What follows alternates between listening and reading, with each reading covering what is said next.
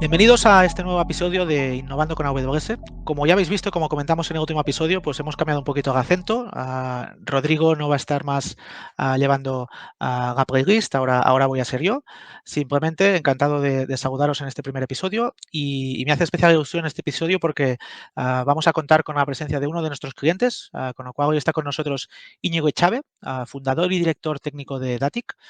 Bienvenido, Íñigo, a podcast y cuéntanos un poco a qué te dedicas en Datic y qué es lo que hacéis en Datic.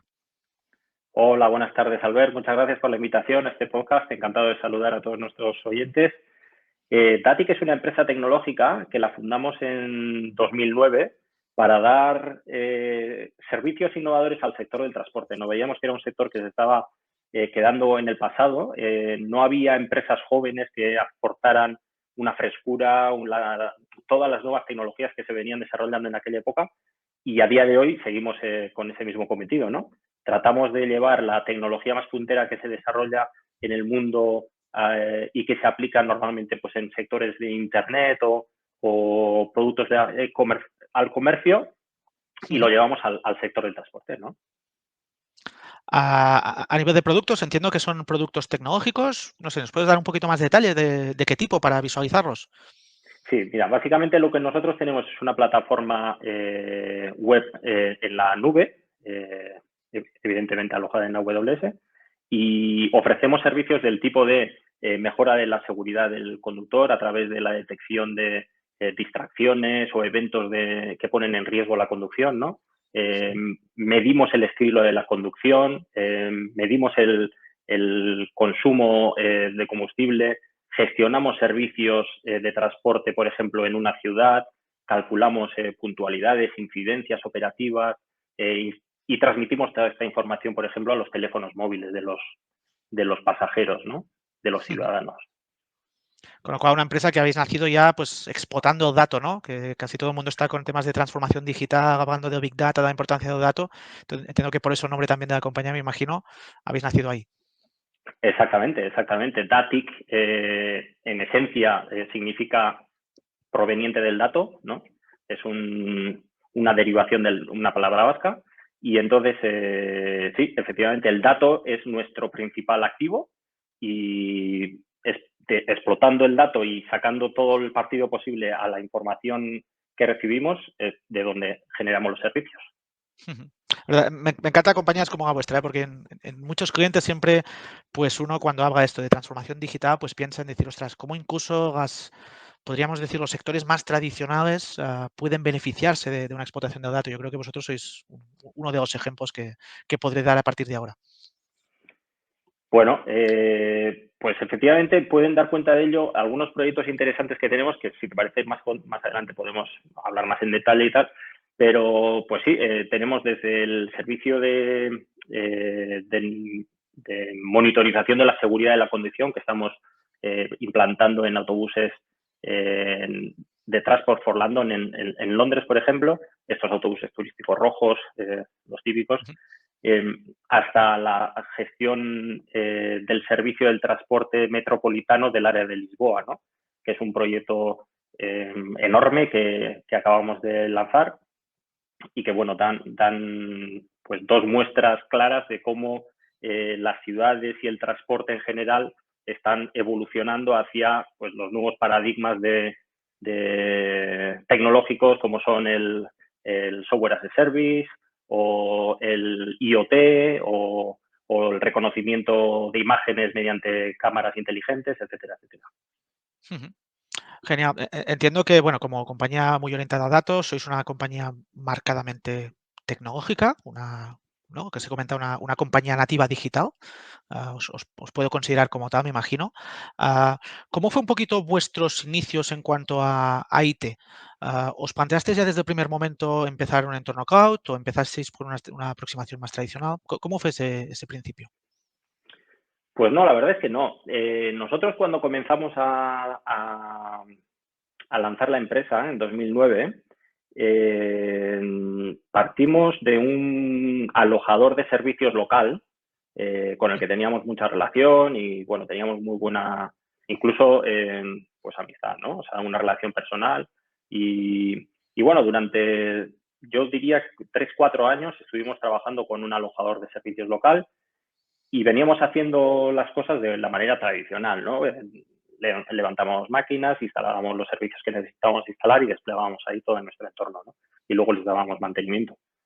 Lo que pasa es que a lo largo de los años esto ha sido un proceso de transformación liderado por las necesidades, básicamente, porque claro, según vas creciendo y vas teniendo una serie de necesidades, toda tu organización y las empresas con las que estás colaborando te tienen que ayudar en la misión que te has propuesto, ¿no? En este caso, la misión es gestionar el mayor número posible de vehículos, servicios, conductores, ¿no? Con tu plataforma.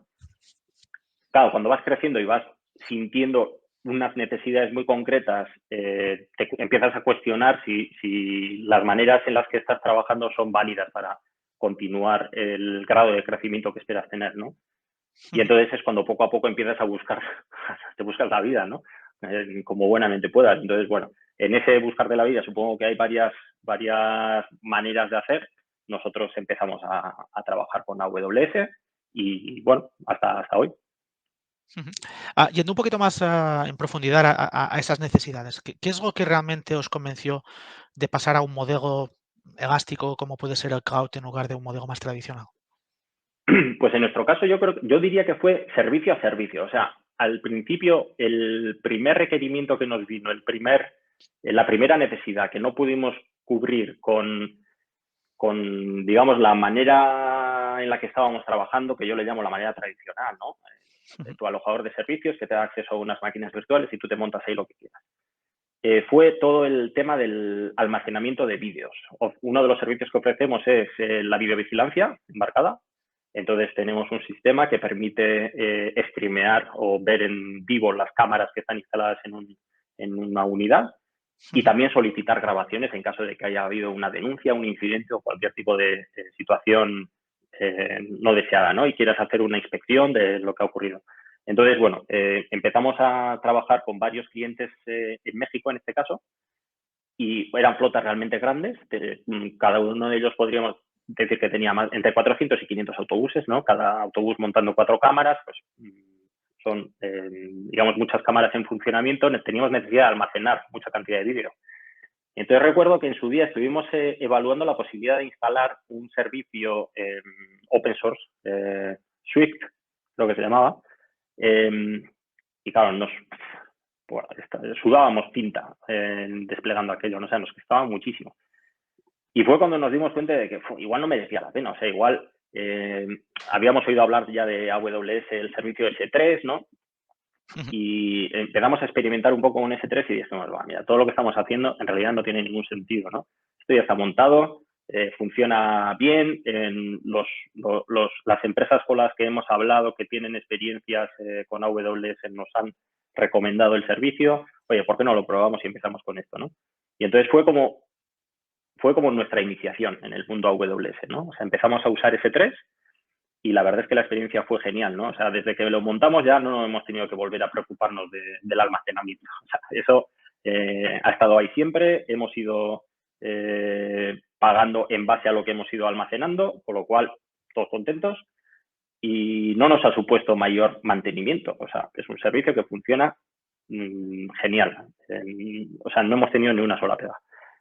Entonces, ¿qué pasa? Que al ver la experiencia con S3 nos empezamos a cuestionar otras cosas. Dijimos, joder, y mira, este otro sistema que también nos suele dar bastante lata y ¿qué tal si probamos esto otro? Porque ya que funciona bien S3, ¿no? A lo mejor también con algún otro servicio también. Y fue como empezamos a sustituir los servidores Tomcat que teníamos con todas las aplicaciones montadas en Java y tal, las migramos a Beanstalk, AWS Beanstalk, ¿no? Y fue así como empezamos. Entonces empezamos a tener una arquitectura híbrida, ¿no? De un alojador de servicios tradicional y servicios en AWS. O sea, no fue un Big Bang, sino que realmente, pues desde un entorno más tradicional, empezasteis a pasar primero storage. Esto es un caso de uso muy, muy, muy típico, ¿no? A gente que empieza a pasar, no sé, backups. Si tienes esto, grandes Exactamente. necesidades de almacenaje, acostumbras a ser también un disparador muy típico, y a partir de aquí ya empezasteis a mover cargas más de cómputo, entiendo, a los servicios de AWS. ¿En qué punto estáis ahora? ¿Seguís con este entorno híbrido o ya habéis hecho un cambio? Pues mira, si te soy sincero, hay algún servicio que todavía no lo hemos migrado y probablemente no lo migremos porque el alojador con el que estamos trabajando nos ofrece un muy buen servicio, que es la voz IP. Pero el resto de los servicios ya están todos desde hace muchos años ya migrados a AWS. Lo que pasa es que luego hemos tenido revoluciones dentro de la revolución, ¿no? O sea, de migrar todo a AWS, luego hicimos migraciones a Kubernetes y a otro tipo de tecnologías más hacia el mundo de la containerización, las bases de datos no estructuradas, el procesamiento de datos en stream, ¿no? Streameando datos. Entonces, bueno, digamos que una vez que ya estás dentro del mundo, pues todo se vuelve como más fácil, ¿no? Porque ya estás en el ecosistema, ¿no? Te has familiarizado, que es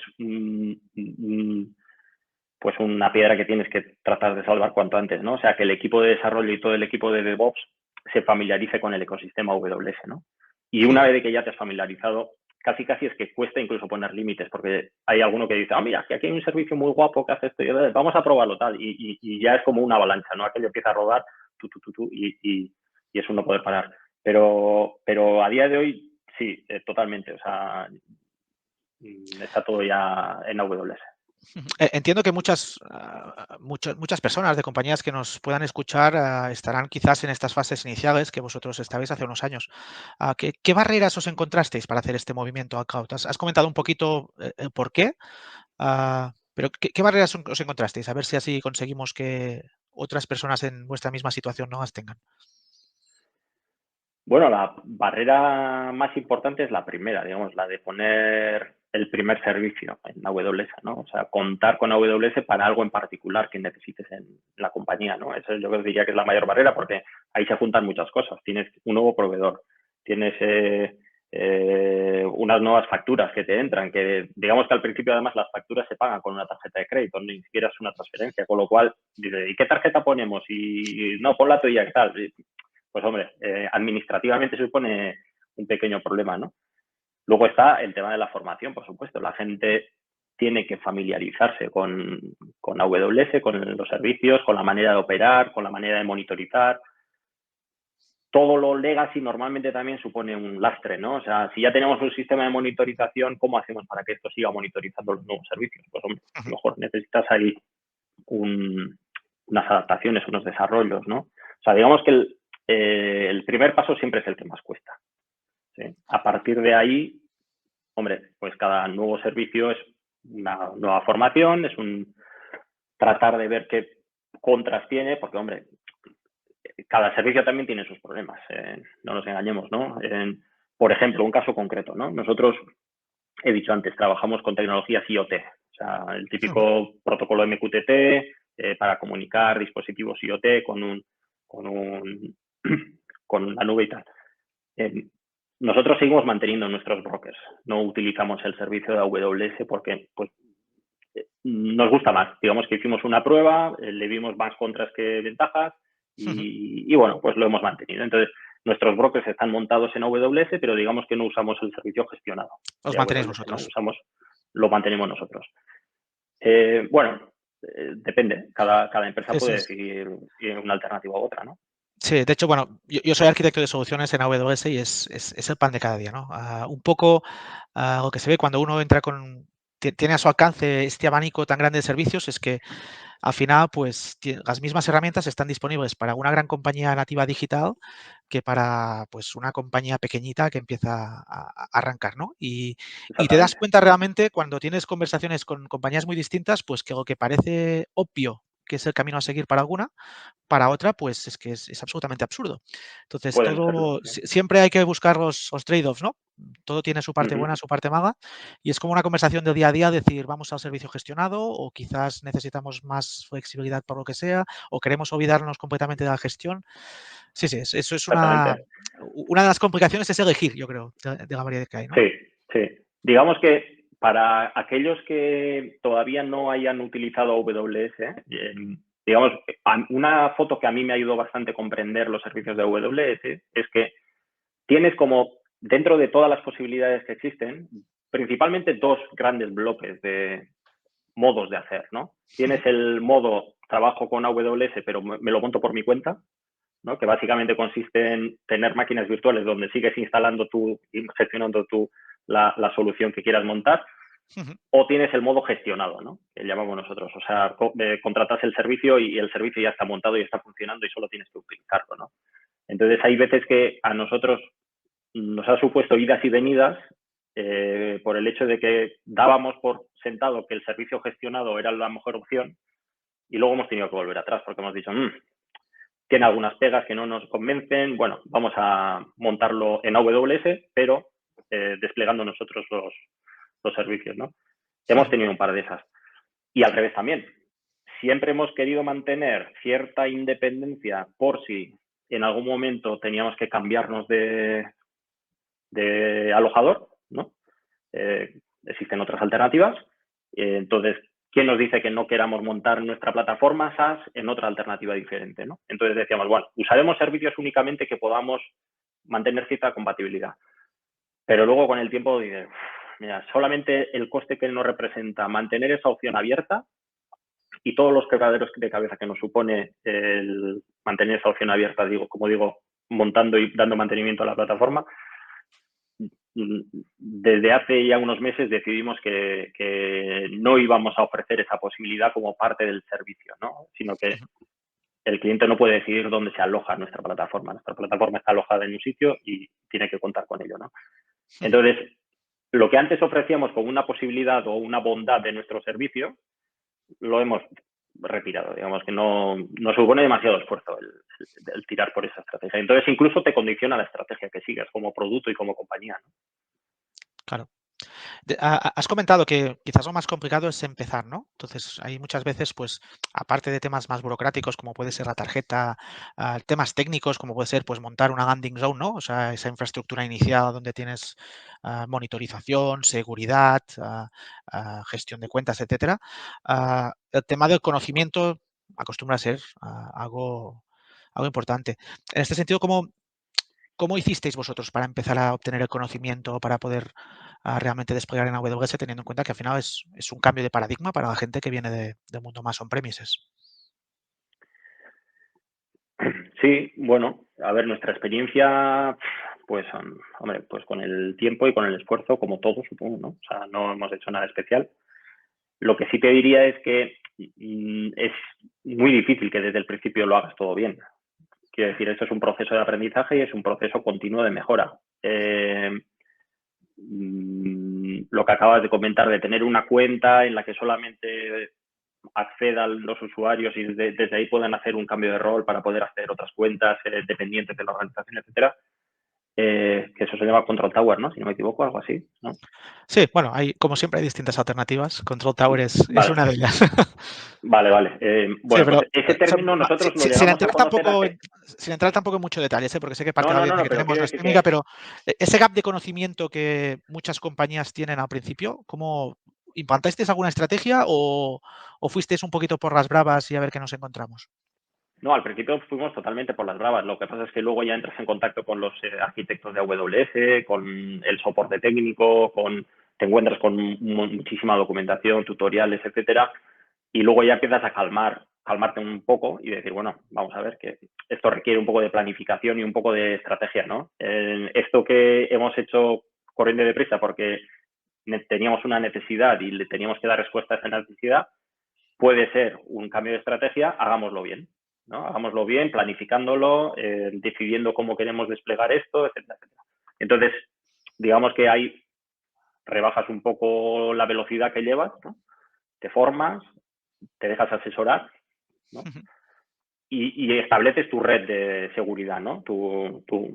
Sí, la red que te va a dar apoyo durante todo el proceso, ¿no? Que parte de esa red lo conforma pues vuestros equipos de soporte y el equipo comercial, etcétera, etcétera, pero luego también empresas del entorno que son especialistas en AWS y que también te pueden en un momento dado asesorar, ¿no? Entonces buscar también ese asesoramiento externo.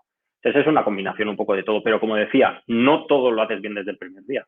porque esto que acabamos de comentar nosotros lo hemos descubierto hace poco. Entonces, digamos que tratas de migrar todo lo que tenías hacia esa nueva arquitectura y, bueno, vas mejorando. Es un proceso de mejora continua. Dentro de este proceso de mejora continua, típicamente uno siempre va mejorando pues, conceptos técnicos un poco transversales, como puede ser seguridad, la disponibilidad, resiliencia de las aplicaciones.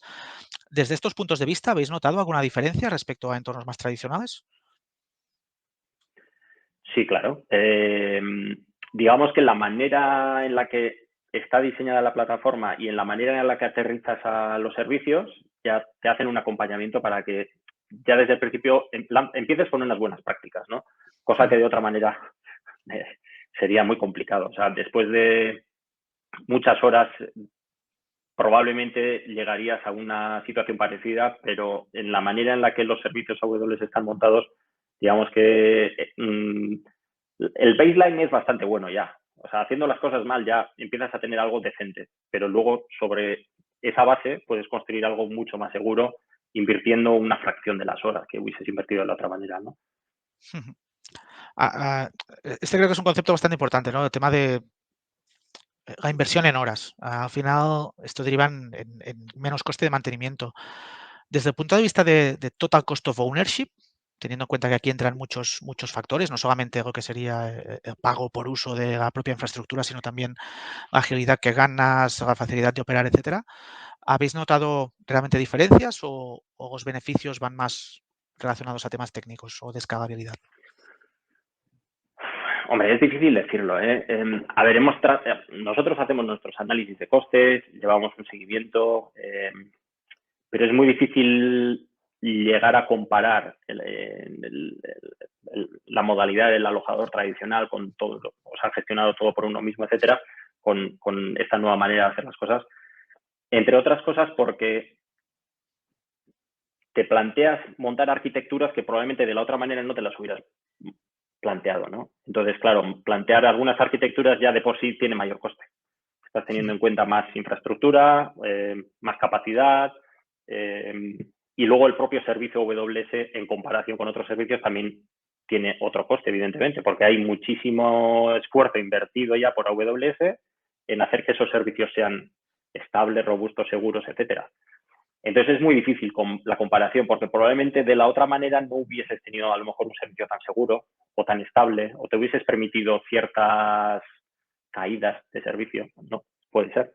Entonces, esa comparación no es totalmente justa y yo creo que es muy difícil de hacer correctamente. Yo sí te puedo decir que en general sí es una crítica habitual a AWS y a otros servicios, por supuesto, no solamente a AWS, que los costes son normalmente elevados, ¿no? Y esa es la primera sensación cuando uno llega a AWS proveniente de otro alojador de servicios, ¿no? Suele ser la sensación general. Pero bueno, luego con el tiempo, digamos que te das cuenta de que por debajo de ese coste hay otro esfuerzo adicional que tú dejas de hacer y por tanto estás delegando a la plataforma, ¿no? Y que tampoco representa tu core de negocio. O sea, quiero decir que es un esfuerzo que lo hubieses realizado de manera innecesaria, ¿no? Pero claro, es muy difícil la comparación. Es Sí, muy sí. difícil saber cuánto iba a hacer ese esfuerzo, ¿no? Yo siempre, o sea, participo en muchos análisis de costes precisamente por lo que comentas, ¿no? Porque parece que como la comparativa inicial a veces no parece justificar una migración, pero realmente cuando empiezas a rascar y empiezas a sumar este otro tipo de costes, ¿no? El coste que tienes para operar. Número de Sí, personas para operar plataformas en AWS no tiene nada que ver con el número de personas si te lo tienes que operar tú. Costes, ya no digamos de electricidad, si te lo alojas tú, de mantenimiento. Pero hay también otro tipo de costes que yo creo que a veces son todavía más importantes, ¿no? Y corrígeme si en vuestro caso no habéis vivido así, pero uno sería el perder el foco que comentabas tú. O sea, siempre comento la sí, anécdota totalmente. de que, oye, las colonias industriales nacieron al lado de los ríos, no porque su negocio fuese crear electricidad, sino porque su negocio, porque no había alternativas. Hoy en día ninguna se crea su electricidad, ¿no? Entonces, el foco de una colonia textil industrial tendría que ser el fabricar telas, ¿no? Quizás una empresa como la vuestra, pues vuestro foco no tiene que ser mantener servidores, sino otro. Y otro sería el Exactamente. coste de oportunidad, porque cuando he hablado con compañías digo, oye, ¿ahora qué te cuesta empezar a hacer machine learning sobre una base de datos de grafos? Un día. ¿Antes qué te costaba? 6 meses. cómo puede repercutir, ¿no?, ese coste de haber hecho este proyecto 6 meses antes o 6 meses después. No sé si en este sentido tenéis algún ejemplo de proyecto que realmente hayáis podido lanzar de manera muy rápida o funcionalidad por el hecho de utilizar ya directamente AWS. Sí, sí, bueno, totalmente. O sea, tenemos más de un caso de esos, ¿eh? Uno de ellos, por ejemplo, es Elasticsearch. Elasticsearch es un Open Search, ¿no? Es un servicio que nosotros utilizamos de manera masiva. Le sacamos chispas al servicio, literal. Y durante varios meses lo teníamos montado pues por nuestra cuenta, ¿no? Realmente es un servicio que cuesta muchísimo esfuerzo tenerlo estable, que pueda crecer con facilidad, que sea eficaz, eficiente. Cuesta muchísimo porque requiere una curva de aprendizaje muy, muy agresiva y luego personal muy dedicado y muy especializado, ¿no?, en este servicio. Entonces, todo el esfuerzo que invertimos en su día para tener una implantación fiable y robusta, no sé, o sea, no me sé los números, pero fueron un coste tremendo, ¿no? Entonces, eso comparado con el Open Source que tenemos ahora, que está gestionado, es uno de los servicios que decidimos tenerlo gestionado, pues no, es que no tiene nada que ver, nada que ver. Y la fiabilidad que tenemos es mucho más alta, ¿no? Es un ejemplo, pero tengo más de esos, ¿eh? Genial. Poniéndome un poquito eso en el punto de vista en el que podíais estar vosotros hace un tiempo y asumiendo que hay empresas que están en situaciones similares, ¿qué lecciones aprendidas habéis vivido durante este proceso? O sea, y empezaré preguntando primero por la parte más de aprendizaje de qué cambiaríais de lo que habéis hecho, qué haríais distinto sabiendo lo que sabéis ahora. Hombre, es muy tentador responder que hubiésemos llegado a la situación actual muchísimo antes, ¿no? Es muy tentador, quiero decir. Ahora ya hemos reconocido o nos hemos autoconvencido de que contar con AWS como si fuera un partner con el cual no te importa unirte para los próximos muchos años, no representa un problema ni una estrategia equivocada, ¿no? Al principio nos daba recelo, nos daba cierto miedo, tratábamos de mantener como un doble discurso, ¿no? Hasta que nos dimos cuenta de que representaba mucho coste para nosotros el mantener este doble discurso, ¿no? Entonces, si hubiésemos llegado antes a esa conclusión, probablemente nos hubiésemos ahorrado muchos quebraderos de cabeza, ¿no? Lo que pasa es que, como digo, es muy tentador decir esto ahora, pero es que en su día hemos tenido que pasar por ese proceso, ¿no? Digamos que lo has tenido que vivir para llegar a esa conclusión, ¿no? Sí, sí, y Pero como está claro. recomendación yo diría a una empresa, no tengas ningún miedo en vincularte con AWS ni usar servicios terminados. No hay ningún problema ni ningún riesgo en eso. Genial. Y ahora te lo preguntaré en positivo. ¿Qué crees que fue clave lo que hicisteis bien y que realmente es importante que el resto de compañías que puedan verse reflejadas en vuestro caso hagan también?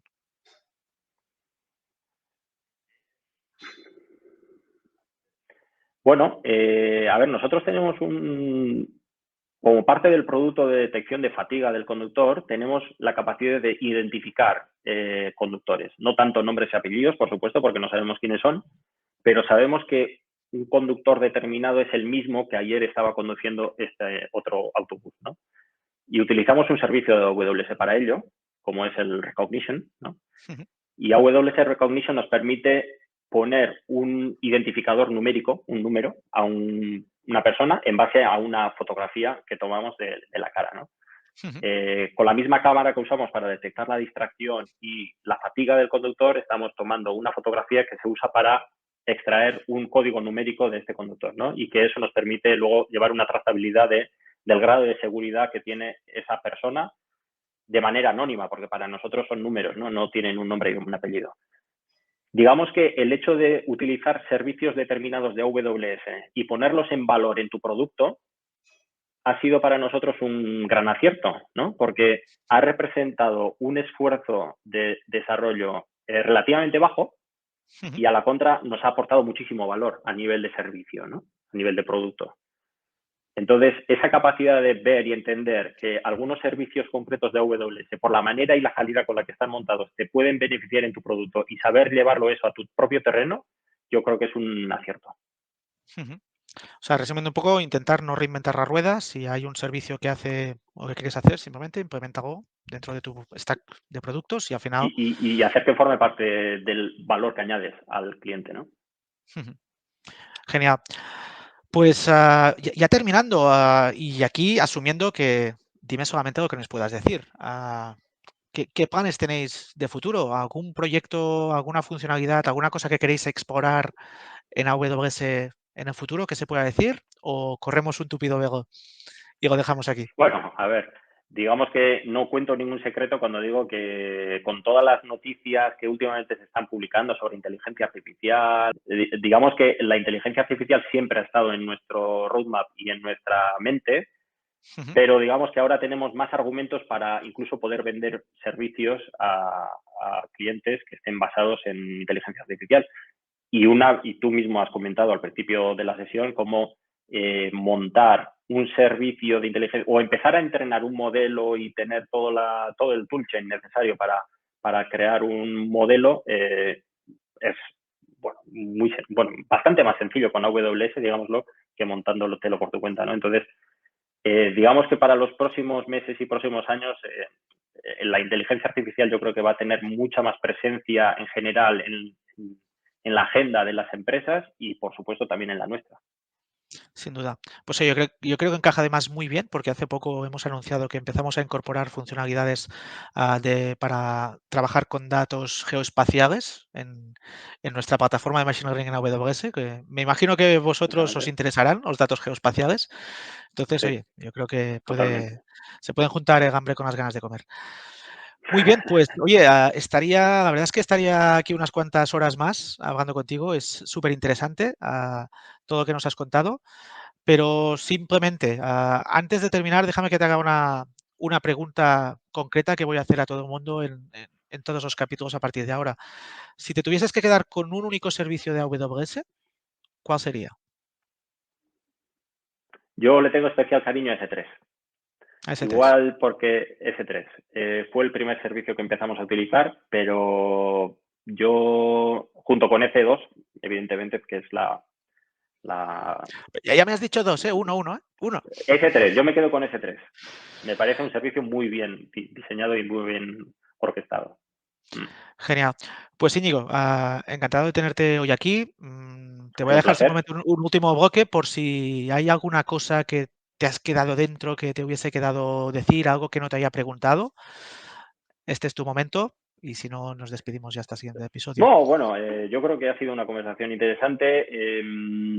Al final, Datic viene a revolucionar el sector del transporte. Llevamos haciéndolo durante los últimos años y esperamos seguir en este mundo y, bueno, dando lo mejor de nosotros junto con las empresas que nos acompañan, ¿no? Entre ellos AWS, por supuesto. Genial, pues muy contento de que hagamos juntos este camino. Vamos a seguir de cerca cómo evoluciona Datic y todo lo que podéis hacer en el ámbito de Estupendo. Machine Learning. Y nada, simplemente darte las gracias otra vez por haber participado en el podcast. Y a todos los oyentes, a todos los que nos estáis viendo por YouTube, muchas gracias también por haber aguantado hasta aquí. Y nos vemos en próximos capítulos. Hasta luego. Gracias a todos. Hasta luego.